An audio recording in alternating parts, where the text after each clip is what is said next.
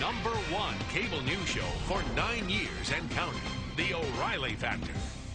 Imagine what would happen if Sarah Palin's claim were true, that America is such a great and exceptional nation because we do base our laws, our values on the God of the Bible, the Old and the New Testament. Right. So I think we should just kind of keep this clean, keep it simple, go back to what our founders and our founding documents meant. They're quite clear that we would create law based on the God of the Bible and the Ten Commandments. It's pretty simple. However, before we explore the kinds of changes we might expect to see if America were to truly base our laws and values on the God of the Bible, the Old and New Testament, it would be prudent to examine other modern-day theocracies, whose governing principles closely parallel those found in the Old Testament.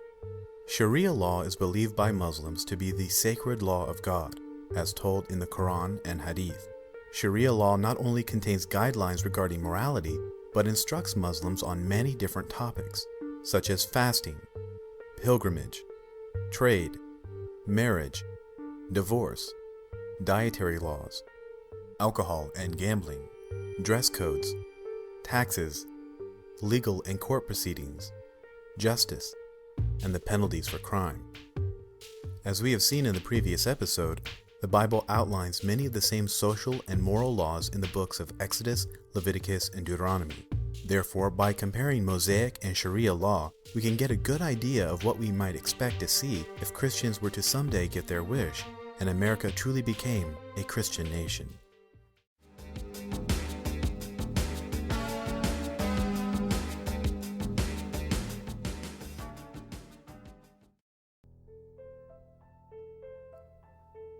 One of the first changes that might be implemented under the new system of biblical law would fittingly be the abolishment of the First Amendment. The Founding Fathers gave us the freedom of religion, but according to the First Commandment, there is no other God than the God of the Bible. Therefore, why would Christian America tolerate the worship of any God other than Jesus Christ? Indeed, this exact sentiment is shared by many Christians throughout the United States. Unsurprisingly, Sharia law adheres to a very similar doctrine. Muslims are strictly prohibited from believing in anything apart from the teachings of the Prophet Muhammad, and the act of leaving one's faith, known as apostasy, is equated to treason, a crime that carries the penalty of death. But that is my religion. That is the way I've been brought up. And I bring that child into this world. I educate him. I give him everything. It's my right to make sure that I bring him. And I take issue with that. You think that it's wicked. Well, that's your point of view. What is the penalty for apostasy? That is the thing that you fail to discuss. And that's why you've got those prejudicial views about faith. What is the penalty for apostasy? What do you teach the children will happen to them if they give up the Muslim faith? Well, let's bring the debate back into Britain. What is the penalty for apostasy? I'll tell you what we will do, because we could go down this road a very long way. Give us a quick answer on what is the penalty for apostasy, and we'll come and do it. You very well know, if it's an Islamic country, then the Sharia is very clear. Apostasy is dealt with the death penalty. Thank you, that's all I want to hear. But what's The next freedoms we might lose if America became a Christian nation are also contained in the First Amendment, the rights to freedom of speech and freedom of the press. The Third Commandment tells us not to take the Lord's name in vain, and Exodus chapter 22 verse 28 also commands, "Do not blaspheme God or curse the ruler of your people." Therefore, certain laws must be implemented in order to prevent Americans from cursing or criticizing the Creator God, Jesus Christ, and anyone in public office. Although members of the Tea Party and birther movements would be jailed for claiming Obama is not an American citizen, we would quickly find ourselves amidst an intellectual lockdown, not unlike the current situation in many Islamic countries. For example, on June 13, 2009, in Tehran, Iran, what started as a peaceful demonstration over the disputed landslide re-election of President Ahmadinejad ended in bloodshed as Iranian police attempted to quell the public outrage over the loss of reform candidate Mousavi, whom many believed would restore their personal rights and liberties. Kind of thing would be completely unthinkable. The Islamic Republic keeps such a tight grip on any kind of dissent that people simply don't dare to come out like this. Now the tactics changed. People were jamming the streets with their cars, a safer way of demonstrating than they'd used earlier. There was no planning about it and no call to come out and demonstrate. People just gravitated to the squares and avenues near the Interior Ministry, where the votes were still being counted.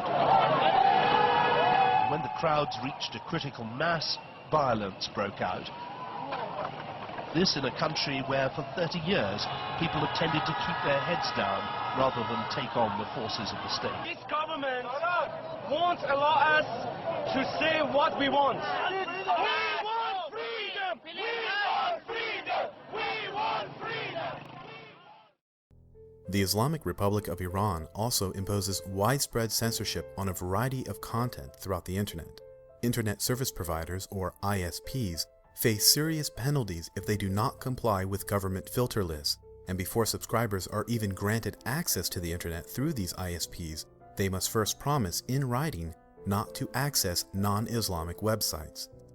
Since the first term of President Ahmadinejad, ISPs have been told to block political, human rights, and women's websites expressing dissent, deemed pornographic, or anti-Islamic.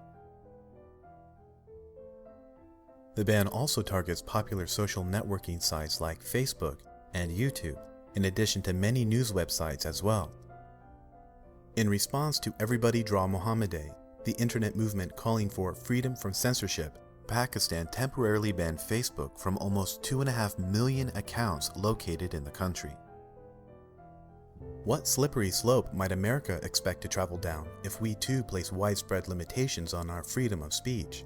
Perhaps some Christians might follow in the footsteps of Islamic fundamentalists who violently suppress any criticism of their faith by developing a similar culture of violent Christian extremism that would target anyone attempting to speak out against their beliefs. Indeed, this would be no stretch of the imagination, for such Christian extremists already exist, many of whom actively target and murder doctors that perform abortions. This is a wanted poster that was distributed by anti-abortion forces targeting a doctor named David Gunn. It lists the color, the make, the model of the car that he drives, lists his exact license plate number. It lists the office address where he works. It describes Dr. Gunn physically. In other words, the poster is giving you everything you need to know to be able to find this guy. It then describes him as responsible for killing children. After this wanted poster was distributed, Dr. David Gunn was shot and killed by an anti-abortion extremist. That was in March of 1993. You'll recognize the same basic idea behind this poster for Dr. George Wayne Patterson. Dr. Patterson himself was murdered 5 months after Dr. Gunn was killed. Dr. Patterson's killing is still unsolved. Again, the wanted poster provides Dr. Britton's exact home address, his exact office address, a description of his vehicle, including his license plate number. Again, that Dr. John Britton, murdered by Paul Hill. And of course, there's Dr. George Tiller. Here's a wanted poster with Dr. Tiller's name and face on it. This was distributed before Dr. Tiller was shot the first time in 1993. Then the wanted poster gives the exact address of Dr. Tiller's office, which is actually where he was shot in 1993 after this poster was circulated. And I kind of can't believe I'm telling you this right now, but it is happening again now. We have exclusively obtained 3 wanted posters from the Charlotte, North Carolina area. We have blurred the names and addresses of the doctors featured in these posters, as well as their faces. 3 of the 4 doctors being targeted are pictured on their wanted posters. Just like in the early 90s when abortion doctors are being killed following the distribution of wanted posters, these new ones provide, in addition to color photos, the exact address of where these doctors practice. And in at least one case, the exact home address of the doctor in question. This is what's happening right now in North Carolina. This is the climate that these doctors are living in America.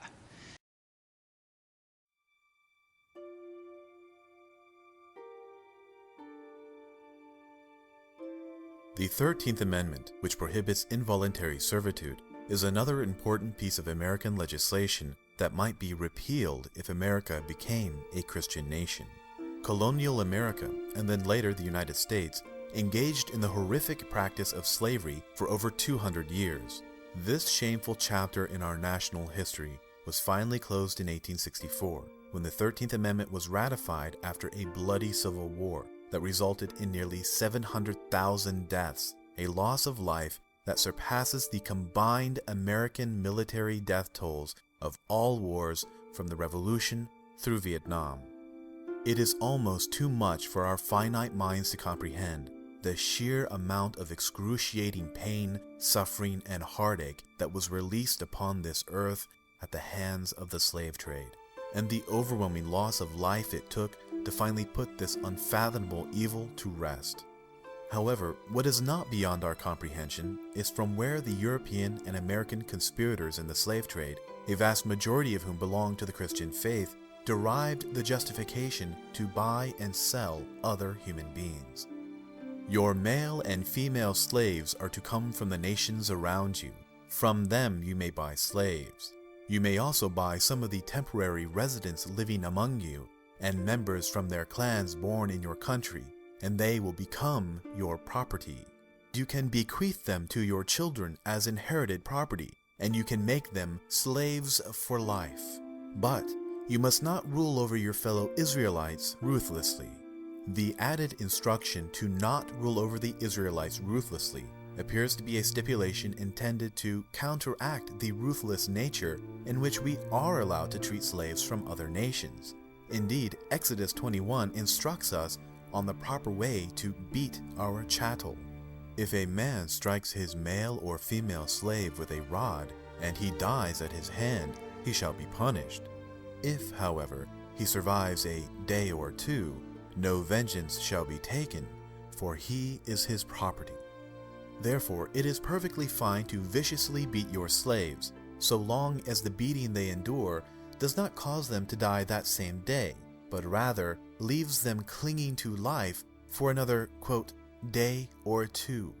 One can plainly see how the savage brutality of the slave trade derived justification through the Old Testament. However, contrary to Jesus Christ's gospel of love and peace, the New Testament actually serves to reinforce the Mosaic laws on slavery found in Exodus and Leviticus. Slaves, obey your earthly masters with deep respect and fear. Serve them sincerely as you would serve Christ. What is so amazing about the Bible's depiction of slavery is at the very beginning of the book of Exodus, the Jewish people were themselves enslaved. In the 12th chapter of Exodus, Moses leads the Jews out of bondage in Egypt, and just 8 chapters later, Moses provides his people with the 10 Commandments, in which, oddly, God fails to address the issue of slavery. What a momentous loss of opportunity to prevent so much needless human suffering. But let's give God the benefit of the doubt. After all, he must have been awfully busy instructing Moses on how there's only one God, how we shouldn't make graven images of God, how not to blaspheme God, and exactly when we should worship God. However, one would expect Moses to have at least tried squeezing an 11th commandment at the bottom, considering the Jewish people's unique perspective on slavery, and, dare I say, empathy for future groups of people that might one day suffer a similar, brutal enslavement as the Jews did under Pharaoh. Apparently, being forced to work in such horrible conditions, enduring merciless beatings, and obliging Egyptian slave masters as they carelessly murdered the weakest among their people didn't seem to leave much of an impression on the Jews. In fact, the very next chapter after receiving the holy laws of God in Exodus 20, Moses actually condones the practice of enslaving other human beings and instructs us on the proper way to beat our slaves. Exodus 21 even claims we are allowed to sell our own daughters into bondage,